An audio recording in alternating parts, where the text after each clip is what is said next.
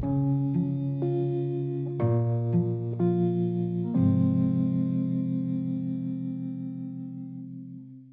welcome to the podcast. My name is Father Bill W. I'm an Episcopal priest. I live here in Austin, Texas, and have had the gift of recovery since December the 27th of 1972. Glad you guys are joining us. If you're a newbie here, I'd encourage you to go to our website. It's titled Two-Way Prayer, and there you will learn about a form of prayer that was done in the early days of AA. It was very strong in the Oxford group and kind of got lost along the way. I discovered it or rediscovered it, I guess, 30 years ago. Totally changed my life and kind of fits in nicely with what we're doing on this particular series. So we're doing a series on prayer and meditation. My guest is Tyler D. from Dallas, Texas. And Tyler is an advanced yoga and mindfulness teacher. She specializes in helping people recover from trauma work and recently completed work in spiritual direction at SMU's Perkins School of Theology, provides spiritual direction for folks around the country and via the miracle of Zoom around the world. So the world has shrunk quite a bit since the advent of some of this technology. And just a reminder to listeners that this series, and this is the fourth and final episode of what we're doing, but we've built it around a quotation that Bill Wilson wrote in the book 12 Steps and 12 Traditions. And he writes this. He says, there is a direct linkage among self-examination, meditation, and prayer. But when they are logically related and interwoven, the result is an unshakable foundation for life. And so that's what we're really interested in doing here, helping people put together a more solid foundation via learning about the history, via learning about, in this series, about prayer, meditation, and mindfulness. So in this episode, we're really going to dig into meditation. And that's a word that oftentimes scares newcomers. Well, I don't know how to meditate. I got monkey mind. Every time I try to sit down and be still, you know, my knee starts going, and you want me to get in the yoga position, ain't going to happen, or the lotus position rather, you know. But Tyler, do you think you can help make some sense out of this for us and put us at ease a little bit? Thank you, Bill. Yes, it's an honor to be here, and I'm gonna do my best, because certainly I was there in the beginning, and it's still a practice. I think with all of the things we discussed, that 10th step really comes in handy, because we get this daily reprieve, right? And we have this daily opportunity. And, in the beginning, I've said before, I did the things that I did to get sober because I was told to and I needed to. I didn't have a lot of choices, and I kept doing the things, and they started to work, and I continued to do them because I wanted to do them, because the results were so good. And then, I kept doing them because it just became who I was. Yeah. And so just, repetition strengthens and confirms. And we hear that quite a bit in the rooms. And so I think it's, for me, it is simply making that commitment. Now that commitment has become a habit, and that habit has become a way of life. For me, I would, just assume not meditate or pray or do my self-examination practice in the morning as I would, not have a cup of coffee or brush my teeth, God forbid, for anyone that would happen. It just has really become a way of being for me. And yeah, meditation is scary, certainly, but I'm here hopefully to just break down some of that mystery and to give a few examples and practices and ideas, because the only wrong way to meditate is to not do it. Given an assortment and a variety of ideas and ways that we can do that, I hope is helpful, because to be honest, for me, if the God of my understanding was to come down and simply say to me this afternoon, Tyler, here's the deal. I know you got this arsenal of spiritual tools and you need them. But I'm Yeah. just here to say you can take one with you on the rest of your journey. Pick that one, and what will it be? And I would say meditation. It, for me, has been that transformative. The science behind meditation, the neuroplasticity, it actually changes our brain, the pathways, the neurotransmitters. We can rewire our brain. That is science, that is proven. I have a mental illness, and I believe that although I am quite the same person that I've been, same heart, I'm a different thinker. And I believe that that is in large part to my meditation practice. And that's what the book says. The problem is in the mind. Yes. And we have to address the mind, go to the mind, and make a change in the Mm, mind. And that's where mm, you referenced in a note to me that meditation is mentioned some 37 times mm.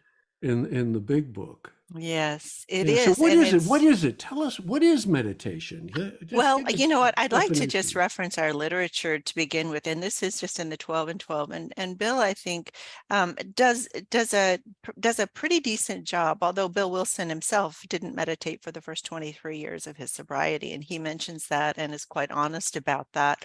But Bill suggests that we start with a prayer like the St. Francis prayer, which I think is a beautiful choice. He says, at beginners in meditation, we might just reread the prayer several times slowly, savoring every word and trying to take in the deep meaning of each phrase and idea. So for me, this is also sort of a style of Lectio Divina. We're actually feeling it, taking in the words. And so, maybe going through that prayer is a great idea for everyone or someone to try.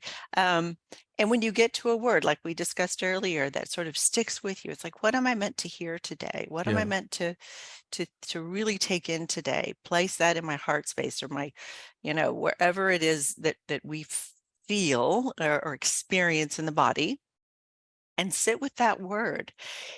He says it will help if we can drop all resistance to what our friends say. In meditation, debate has no place. Yeah. And what we debate with is usually ourselves. Yeah. Anyone that's tried it knows. We rest quietly with the thought of someone who knows, that we may experience and learn. So the one who knows is my higher power. That is what I sit and rest with. And I believe that could be what Bill is talking about in the book, if you're reading it the way I like to read it. And then he suggests it's the lying upon a sunlit beach. Now, this is interesting. So we can actually imagine ourselves, visualize ourselves in a space and a place. I think we all have that happy place. If that's helpful, do that. I always ground and center myself where I am, and usually it's right here in my home. This is sort of my spot, and I take a moment to bring my awareness into the present moment where I am. And I think this is sort of what he's alluding to. Let us relax and breathe deeply. Breath is hugely important in meditation. It is the anchor that we can use for the present moment. And then he says the spiritual atmosphere, which with the grace of this prayer surrounds us. So in his own way, he's creating this atmosphere, the spiritual atmosphere and it's all kind of, through it's our visualization, imagination. Well, it says in our literature at this point, our imaginations have been fired, right? And I think a lot of us can attest to that. We're beginning to live in this fourth dimension sort of way. And then it says, let us become willing to partake and be strengthened and lifted up by the sheer spiritual power, beauty, and love of which these magnificent words, and he's referring to the prayer, are the carriers. Let us look now upon the sea, and he's talking about visualizing being by the ocean, and ponder what its mystery is. And let us lift our eyes to the far horizon, beyond which we shall seek all those wonders still unseen.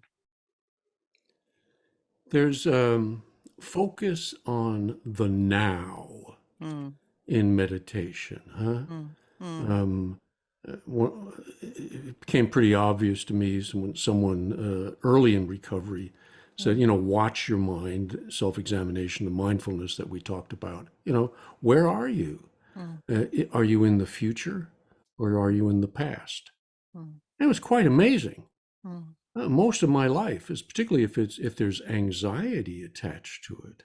Right. It's anxiety about the future. It's Mm, guilt about the past. mhm. My Yeah. ego loves to go to those two places. Savors it. And Savors it. Yeah. yes. And Very it will. familiar territory. Oh, it loves it. The now is not so familiar. Mm-mm. And yet in meditation, that's really the place that I'm being invited to enter, isn't it? Yes. And experience Yes. and expand it. Try Yes. to And expand it. however it takes, that's sort of the practices and whatever that takes. Our mind can only be in one place at one time. And I know Right, people say this whole mind, and it's about a mind that jumps around quite a bit. Our mind wanders quickly. Those of us who have certain mental disorders, ADHD, I mean, there's all that. I get it. right. And it feels like, but our mind can really only be at one place. So once we kind of understand that, then we start thinking about, okay, how can I anchor myself, the mind, the body, to the present moment? Well, Mhm. meditation suggests a proper posture, right, which is important. We need to get to a place where we feel comfortable. And so sitting in an upright posture, relaxed but alert. I Yeah, think that's a beautiful, beautiful way to describe that. Eyes can be closed, eyes could be open, they could be downward gazing. Hands are placed in a comfortable position. A lot of teachers like both feet on the ground to feel the hmm, groundedness of that posture. yeah, Again, it is personal, and those are just suggestions. So finding a place where you can sit comfortably 10, 15, up to 20 minutes or whatever, um, is a good idea. It's a good way to start. And finding a quiet place or comfortable place to do that. right. So the least amount of disruptions. I understand that we live in a disruptive world, but shut down what you can. Yeah, Close a door, turn electronics off, sort of creating that environment for yourself. I have found for me, when I give myself permission and I acknowledge that I'm going to be meditating for 5, 10, 15, 20, whatever it is, I sort of, for whatever reason, some of the crazy thoughts, kind of seem to back down a little hmm. bit. When I can sort of picture myself there, or I can look at I'll even set a timer on my phone, 10 minutes. Do you still do? I know it's often recommended. That's a good way to begin, is Mhm, setting a timer, mhm. but you still find it helpful. My personal formal meditation practice is centering prayer, which is a contemplative Right. Christian sort of, and it's a 20-minute practice. It's a 20-minute, yeah. And I have an app on my phone that I can enable time. Because Okay. once I go in, I need something to bring me out. Yeah. Yeah. Let's So I, talk about in. Let's talk about mm, in. mhm. Once I go in, expand on that just a little bit. There's an inner self and there's an outer self. There's that we are of two minds. I'm just convinced of this. Yeah. And the egoic mind, as it's called, Mm. is very frightened, and it's very helpful. It's the way we operate most of the time, but it's not the be all and end all. There's No, I another mean, there is a self. good ego, but I think the most important thing to begin with meditation is to begin, I believe, sort of with the mindfulness practice. And I love mindfulness. It's a form of meditation. It's Hmm. something I'm certified in. And I love mindfulness practice in that it it helps us to become aware of the fact that we have thoughts, that we Right. have feelings attached to thoughts, and we have bodily sensations that are attached to those thoughts and feelings. So I think the first thing we need to do as a brand new meditator is to become aware that we have thoughts, feelings, and bodily sensations. Mindfulness practice is the best way to do that. You can download Insight Timer on your phone. It is free. There's 45,000 plus free meditations. You can put body scan, mindfulness, do whatever you So I think becoming aware of that fact that you are able to notice when you are thinking. You become Hmm. aware. You notice when the mind has wandered. Right. Your attention's here. And then all of a sudden you notice you start feeling a little irritable because this thought has brought up a feel. There's irritation. There's oh boy, there goes my stomach. My stomach is reacting or acting with that thought and that feeling. And it's really quite, for me, it was quite amazing. And I started to notice. The other thing is that the next step for me was like, okay, I can notice a thought and I can recognize that it's there. I could label it thinking, which Jack Cornfield gave me this practice, and I think it's helpful, is you notice, thinking, and you let it go. Hmm. So Jack Cornfield likens the thoughts as sort of clouds moving by on a day, right? We go, these clouds just drifting, thought, let it go, thought. And what I love about that practice, and it reminds me of, we keep coming back. Right? I love that. Keep coming back. It works when we work it. We keep coming back to the present moment. Our mind wanders. We notice thought, thinking, feeling, letting go, coming back. Another thought, letting go, coming back. Another thought. And sometimes it's just like that. And there's a beautiful story with Father Thomas Keating. He is the one that sort of introduced and brought centering prayer to the West, from our desert fathers of the West. Yeah, I guess that's right to say. Hmm. Anyway, he was teaching the practice of centering prayer meditation to this group of nuns. And then one of the nuns came up and said, "Oh, Father Thomas, I'm a complete disaster. My mind must have wandered 10,000 times." And Father Thomas simply said, "What a beautiful story. That was 10,000 times. You got to come back to the presence of God." There's significance in that. I think there's being that willingness to stay with the practice, that self-discipline. Noticing thoughts and feelings is another form of self-examination, right? I got to know a lot about myself sitting there and watching my thoughts and my feelings and how my body was reacting. So again, the book says when logically interwoven, these things naturally interweave themselves.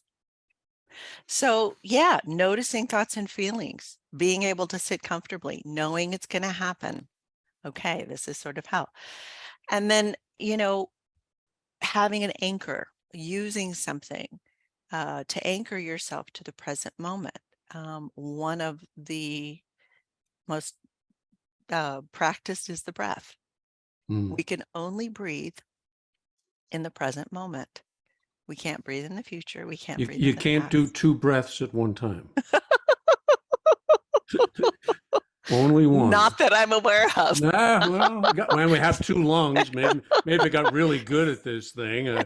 Left, right, off I Yeah. go. Uh, I bet there's so, someone out there that could do that. I don't know. Um, right. So you know what? The breath is a great anchor. And right. we can do so much with the breath. I mean, the breath is the only voluntary and involuntary life-giving system in our body. Ways I like to introduce meditation or talk about a practice is the breath counting meditation. And you can sit and simply count the breaths, in one, out one, in two, out two, because you don't have to do anything for the body to breathe, but you sit and watch, right? You observe yourself, observe the body as it breathes you, if you will. And it's really quite miraculous. Mhm.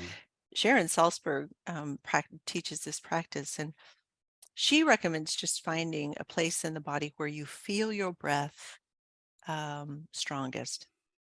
And that might be around the nostrils, that might be back, like in the back of the throat, sinuses, that might be in the chest, that you might, feel that down in the stomach.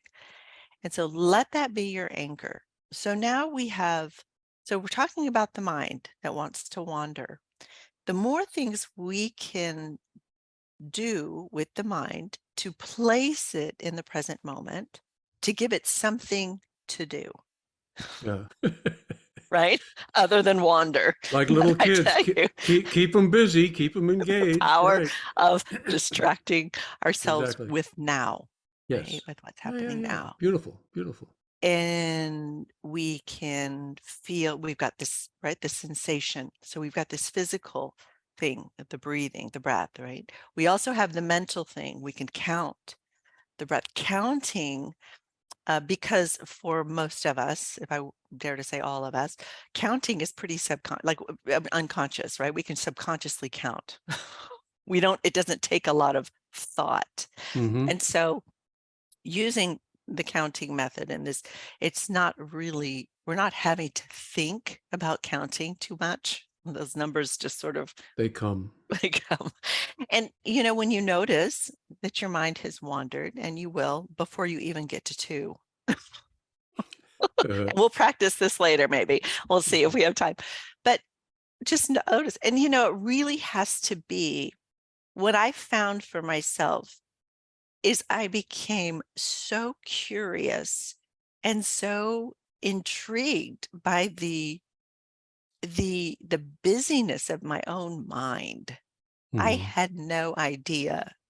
When used to say monkey mind, and just sort of just like gesturing, because I heard it a lot, and I was, oh, okay. But when I realized, I was like, wow, this is super fascinating. Yes. I always sort of approached my own stuff with some curiosity and fascination, right?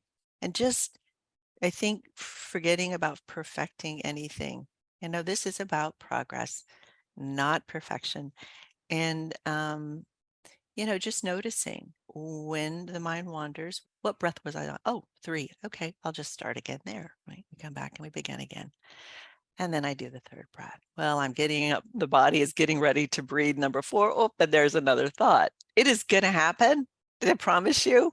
Um, and so again, it's about not taking yourself so seriously, becoming aware, right? This isn't self-examination. Is this Mm. frustrating me? Is this causing me irritability? This is another opportunity to sit with that. There's a level of acceptance, I guess, that is coming through that Mm. exercise, isn't it? It's enough that we are committed to sit for 5 minutes in practice.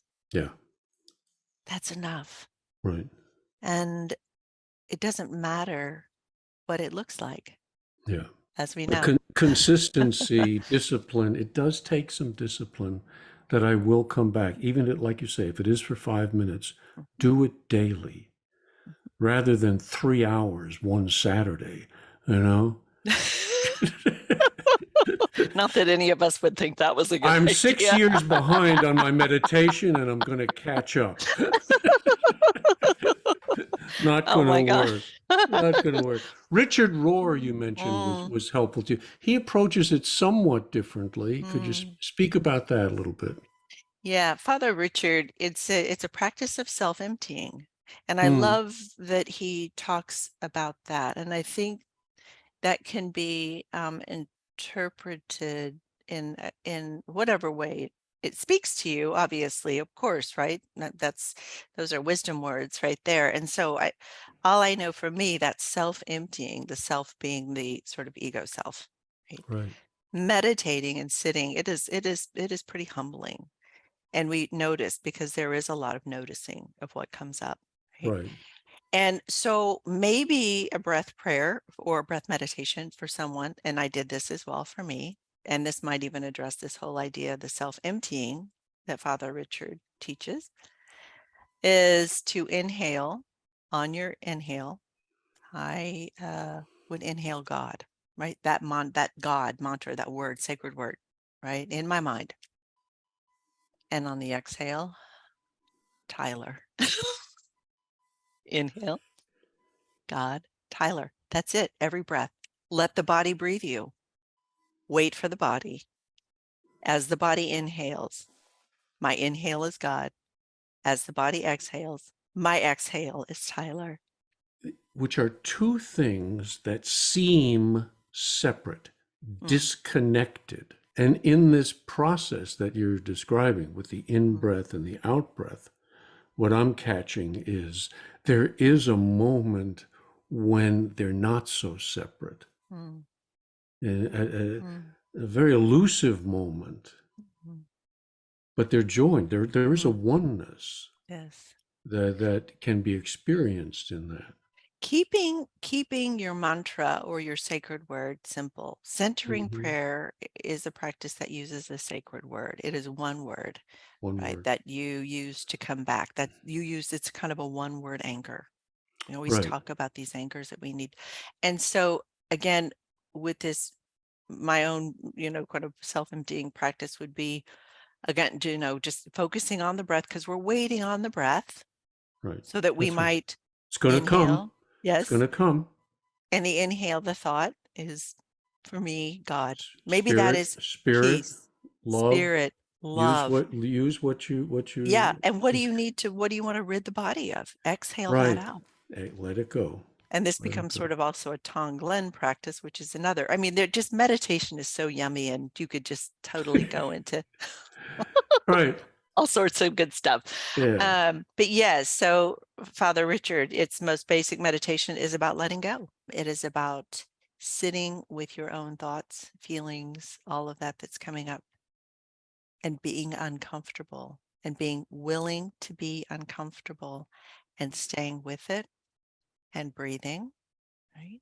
Because we can watch as thoughts come and go. We can watch as feelings come and go. We can watch as bodily sensations come and go. Anytime you come back to the present moment, we're always okay. Yeah. That is when we are in conscious contact. It is in the now that we actually have access to the sunlight of the spirit. Some would say it's the only place God exists. I would concur and agree with that. Yeah. Yeah. Yeah. Yeah. And it's accessible to everybody if we will let go. Yeah. Yeah. If we will, and these are practices that Mhm. aid us in the letting go. Mm. So we can experience the now and in that experience the divine. Yes. Yeah. Uh, who is Yeah. this Jean Kabat-Zinn? You may. Ah, yes, the grandfather, the godfather of mindfulness. Ah, okay. Yes. So, and such a wise man, but yeah, he sort of introduced mindfulness. He does all the mindfulness based stress reduction, sort of courses. His teachings are the core of what I became certified in, which was mindfulness based relapse prevention. Um, and yeah, what an amazing teacher. And again, very Googleable. I had said before, beginning with a mindfulness practice or having one mindfulness practice every day, I think is a great idea. But we can practice mindfulness in our basic activities. We do not have to be sitting down with our feet on the floor and our eyes closed. You can practice mindfulness while you eat. As a matter of fact, when I teach mindfulness-based relapse prevention, we do an exercise eating a raisin, and it is about eating that raisin mindfully, Right. taking that raisin, looking at the raisin, weighing the raisin, smell the raisin, as if you would just seeing a raisin for the first time in your life. You're sort of Yes. like, with that sort of curiosity, awareness, picking up on all of our senses. Which is really, Notice. and this I had a friend many years ago who was describing this to me, Mm, and eating disorders. That this is one of the practices mhm, because once I start eating a raisin, it's like, well, give me the box, and it's a mindless mm, intaking of the food mhm. rather than a mindful experiencing of the food. And this goes for everything, doesn't it? Everything. We Everything. we can practice mindfulness every moment of our lives. Hmm. Washing your dishes, my dishes, is what I one of my favorite mindfulness practices. It's almost like when I turn on my kitchen faucet or any kitchen faucet, um, if I'm at someone's home, it's so interesting because I practiced this for so long. When I turn the water on, there's something about that brings me to the present moment. Mm. So this is the song that takes us back.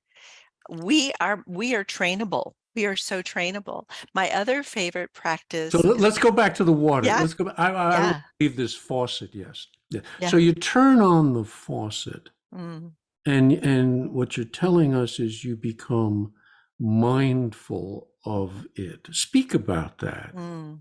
I had a quick image of like a waterfall. Yes. You can close. Versus let's get this damn thing done so I can get on to the next dish. Yeah, yeah.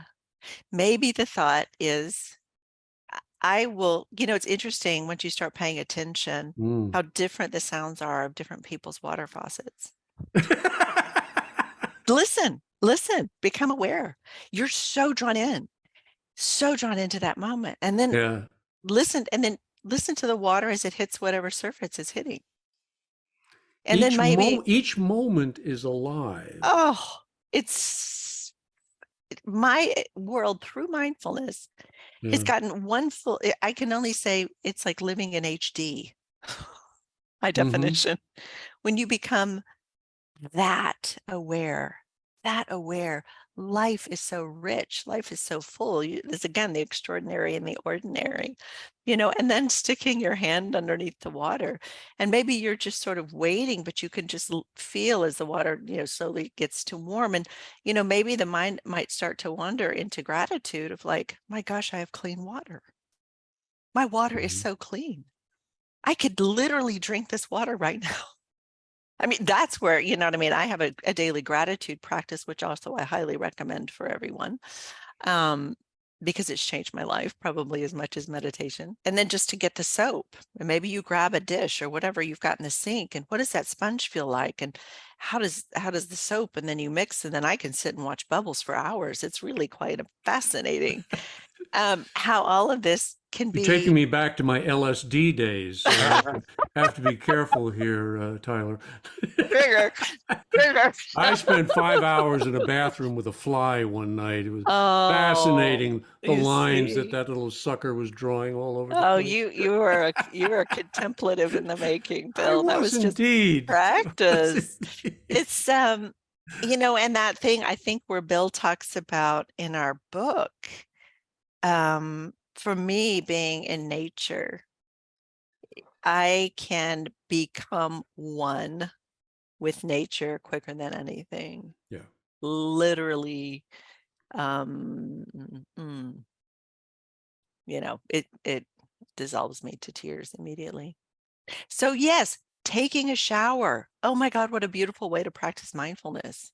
I always Mhm. kind of wash myself clean of my character defects. I kind of let those roll off and, feel. I mean, it's there's so many ways. Red lights, another favorite of mine. As I'm coming up to a red light, I stop my thinking. The red light, ding, stop the car, stop my thinking. I'm at a standstill and I bring my awareness to the present moment. I notice every car around me. I memorize license plates. I take in the smell, whether it's Chick-fil-A or Anemia or whatever I'm driving, you know what I mean? Just sort of feel my car, notice my gas tank, my level, my air, what's the tip. It is a moment of just being fully there. It's an opportunity because my guess is many of us are going to feel very frustrated. Mm, We have been stopped. mm. A light has stopped us. Do they know who they are stopping? Do they know how important I am? Do they know where I have to get to? Oh, So there's let's be honest. That's where yeah, most of us at least start. yeah. And I relapse a lot when it comes to traffic lights. Um, We all have our thing, we do have, we for do have our things. sure. Yeah, but what you're saying is Mm, everything, if I'm mindful, is an opportunity yes. for something different. And that's what we're trying to get to with this whole thing Mhm, on prayer and mhm, meditation is, hey mhm, guys, we got a mind and mhm, we know where that mind took us, mhm, you know? Now, we've got to start working with this mind mhm, and see how much control it has over us. mhm, Give it a rest and mhm, allow it to function differently. mhm. and no matter how minimal may be our attempts at this, Yeah. it's a start, and Yeah. that's what we need. You know what they told me to do? Because my mind is so mechanical, Yes. it's just used to. They said if you shave with your right hand, try shaving with your left. I love If you that. start on one side of your face, start on the other. Hmm. And it's like, Fantastic. whoa, I'm not in Mm, control. There's something different going mm, on. mm, Uh, but mm. it's beginner's mind. It's beginner shaver's Yes. mind, Mm. Yes. And or also what a beginner's great, traffic light mind. yes. It's And okay. noticing the way you react. I Yes, can't use my left hand. What does the self-talk sound like? right, What are those exactly. feelings? It's a great opportunity. And so Yeah. this is the whole thing. So once we start to recognize that our thoughts are not serving us well, I Hmm. recognized that very early on. And I was Good. reminded by my very wise sponsor and other people. My sponsor said, Tyler, when you have an idea, do the opposite because you are going to come closer to getting it right than you are doing what you think. Yeah. And she was right. Yeah. Um, so we practice, right? And then we come and we sit and do that 5 minutes a day.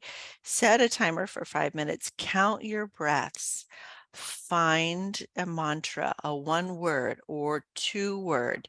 Using the breath as an anchor is a great idea. Maybe you want to go another beautiful way of using a sort of mantra would be uh, a line from our book, which I love. Thy will, not mine, be done.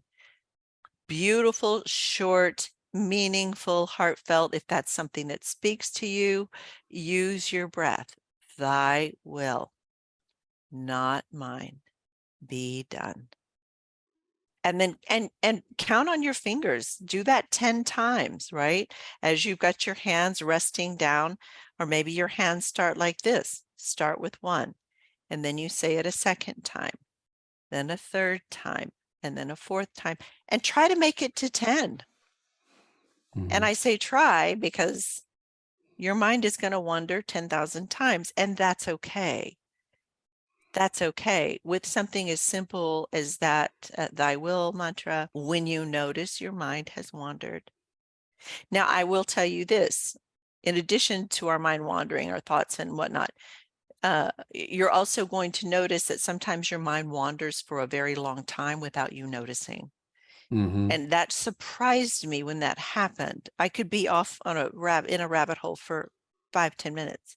Wow. But what I learned was that the heavier the weight, the emotional weight of a thought, the deeper I tend, or the further I seem to go with it. So again, when we notice, if you have a resentment or something that's really kind of brewing, I love that meditation reminds me that I probably need to pick up the phone when I'm finished and call someone. Yeah. If my mind keeps going to the same thing and it's weighted emotionally heavy, that can become an obsession of the mind, right? Which we know that can turn into a resentment, that could turn into what we know is perhaps our death, right? Another drink. So, I mean, it's so helpful. The centering prayer, right? I got mentioned that 20 minutes morning and night. I use a sacred word. I simply sit to begin. I consent to the action and presence of God within. And sometimes I'll even visualize, as Bill recommends, by the sea. Our book references the sunlight of the spirit. I love that. I think it's beautiful. And so I sort of imagine the sunlight, right, of the spirit shining down. And so my attention, my visual image, again, we're giving the mind something to do, right, is Right. sort of sitting in the sun. Now, using the same cloud analogy, when a thought arises, what happens? The cloud, the sunlight's blocked. We recognize the mind's thinking. We let go. the cloud disappears. We're back in the sunlight of the spirit. It's a beautiful practice. It is a life-changing, mind-changing practice. And you got to get your feet wet or it's never going to happen. So I like that you've said, boy, keep it to 5 minutes, Yep. just get a minimal experience of this thing, Mm, get a taste of it, and then let that grow. I mm, wonder if you could lead us through 2 or 3 meditations, mm, exercises. Give us a mhm. sense of what this could be like. Let's go through a simple body scan, and this will be just about 5 minutes. It'll be guided. For the listeners that want to participate, please find a comfortable seat. You might even prefer to lay down. Again, Not if you're however. driving, though, guys. If you're driving, you just listen. We'll do this later. So, Thanks, Bill. Um, and so wherever you are, I love to begin my meditations with 3 deep breaths. And the reason I like to do this is because when we inhale through our nose, exhale through our mouth, and we use our diaphragm. So when I'm talking deep breath, I'm talking diaphragmatic breath, I'm talking a belly breath, I'm talking a full body breath. When we are able to breathe in that deeply and exhale that deeply, what actually happens is there's a signal that's sent to our sympathetic nervous system, which shuts down. It's our fight, flight, or freeze mode. So, mm, in 3 deep breaths, we have this opportunity and sensation to start again. And you'll see what I mean. Bill, are you going to participate? absolutely. Oh, good. Okay. All right. Let's go ahead. Comfortable seat. Eyes can be closed or open. And begin by taking a deep breath in through your nose as deeply as possible. And then exhale through your mouth. Good. Again, deep breath in through the nose and exhale out. One more time. Deepest breath yet. Inhale and exhale. Squeeze the breath out and let the breath go. And now, just for a moment, bring your attention to the sensations that you are feeling in your body. You might feel a sense of lightheadedness, tingling, kind of a settling, whatever that is for you. Just notice how you've been able to change the way you feel in 3 deep breaths, bringing your awareness to the present moment, to the body. And now notice where your body is touching something. Feel where you're seated. Feel your feet on the floor, or maybe they're crossed. And then see if you can sense the full weight of yourself where you are. You might even visualize yourself. Notice what you're wearing, where you're sitting. Really getting this clear picture of yourself being in the present moment now.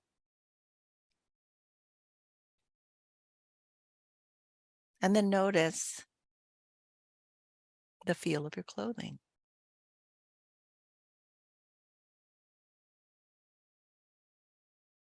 Notice where your skin is exposed, the part of your skin that's covered.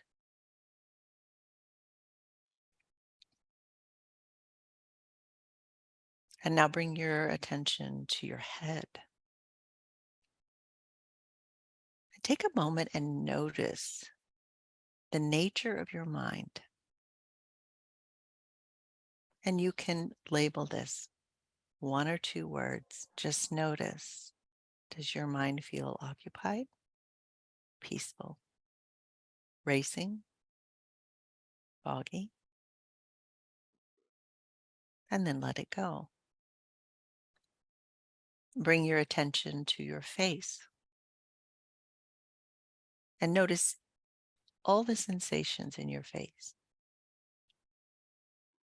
tingling, temperature, discomfort, tension. See if you can relax your jaw just a little more. Take a moment and notice the inside of your mouth.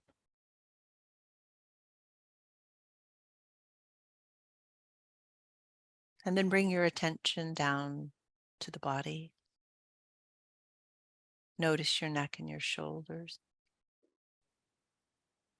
See if you can relax your shoulders down just a half an inch more.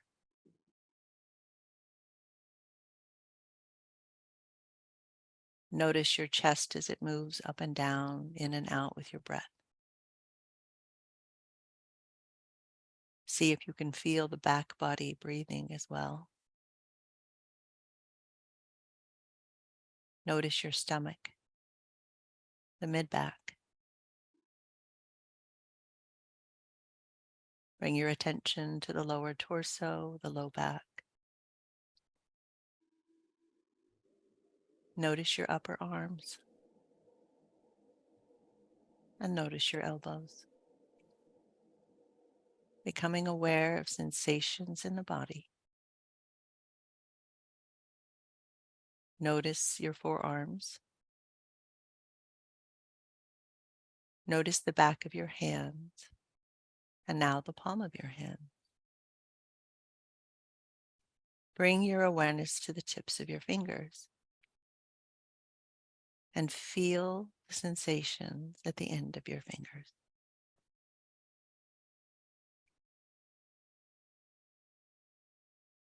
Bring your awareness to your legs, the upper leg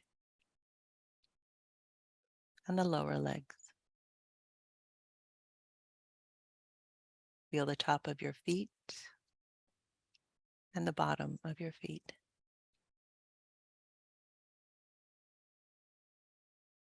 Bring your awareness back to your heart center.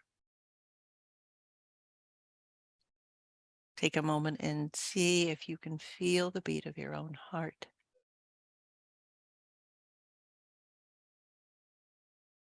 Checking in with yourself, asking yourself how you're feeling at this moment.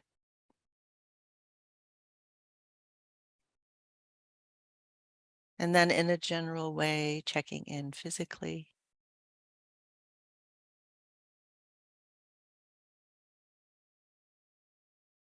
And then maybe even checking in with yourself spiritually. Asking yourself how connected you feel to your higher power.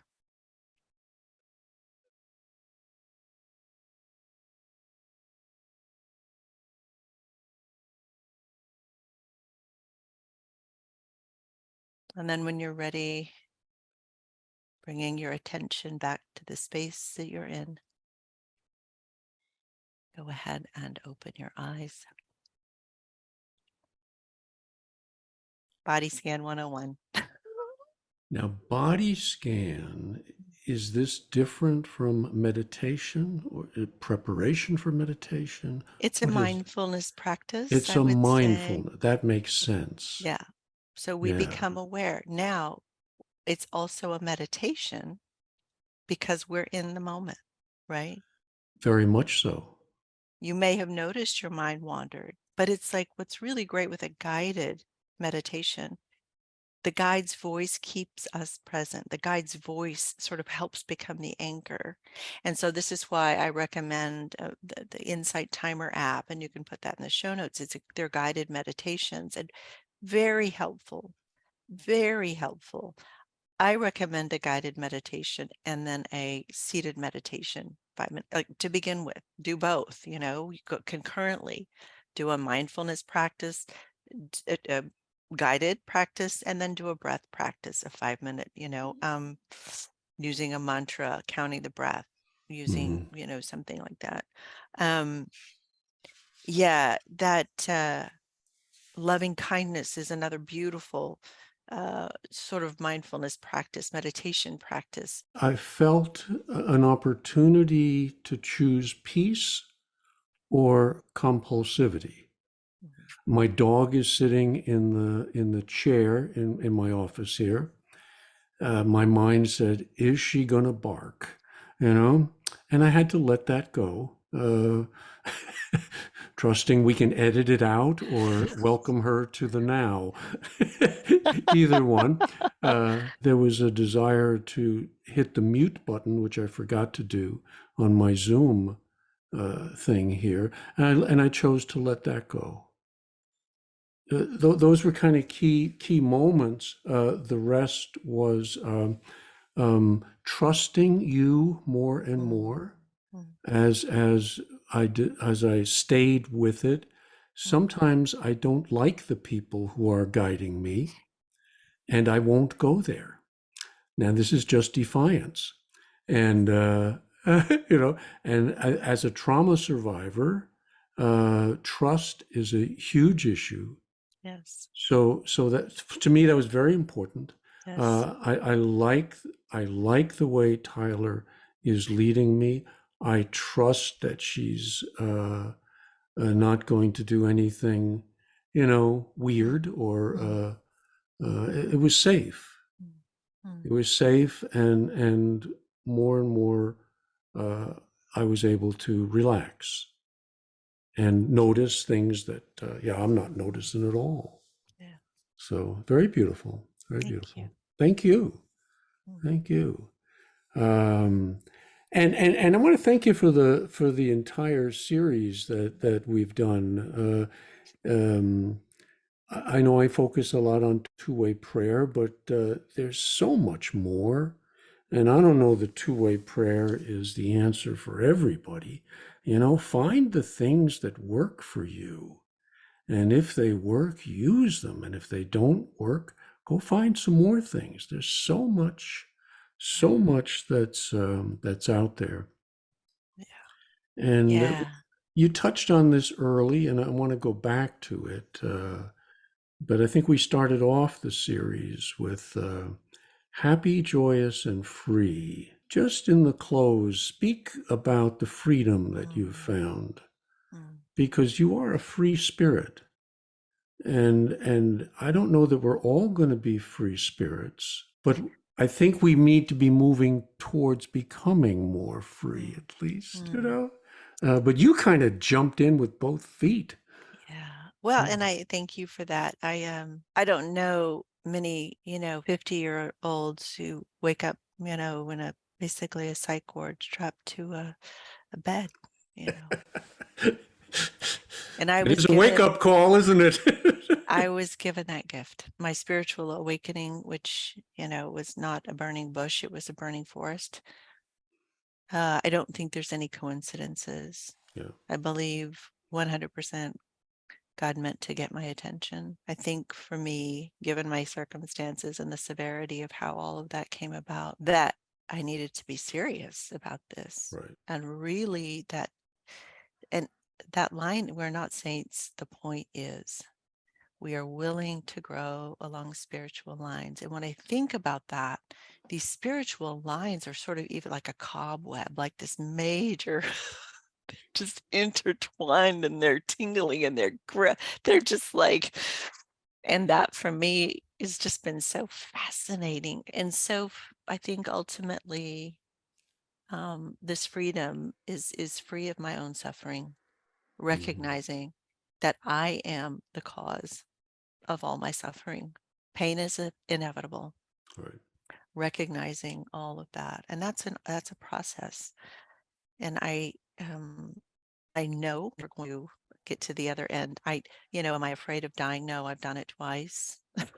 That's not Mhm. my fear. I was about a week or maybe a month sober, and I came across something on a social media. I don't even remember, but it had the definition of hell. And I think this is so interesting. And it said the definition of hell is on the day before you die, you meet the person you could have become. Mhm. I think that would be hell.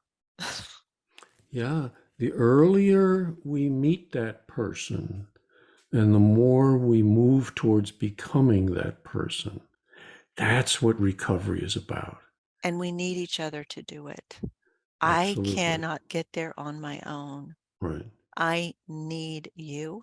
Yeah. And I need every person in this program and every person I Mhm. come in contact with. I know that I cannot do it by myself. I need a power that's greater than myself, Mhm. and I need each and every one of you. So, at the end of the day, Ram Dass says, we're all just walking each other home. Beautiful. Yeah. And I think Yeah. that's true. Well, listen, I want to thank you for walking Mm, with us and holding our hands and sharing as deeply and as beautifully as you did. So, thanks. going to have you back sometime in the future, and we will talk about some walking yoga and maybe some other things that we didn't quite get to, but I'd like Let's to do it. touch on. Yeah, absolutely. And I And want to thank you. anybody, Yeah. feel free to reach out, Yeah, share my I information. will put Tyler's contact info in the show notes and drop her a line and just say hi.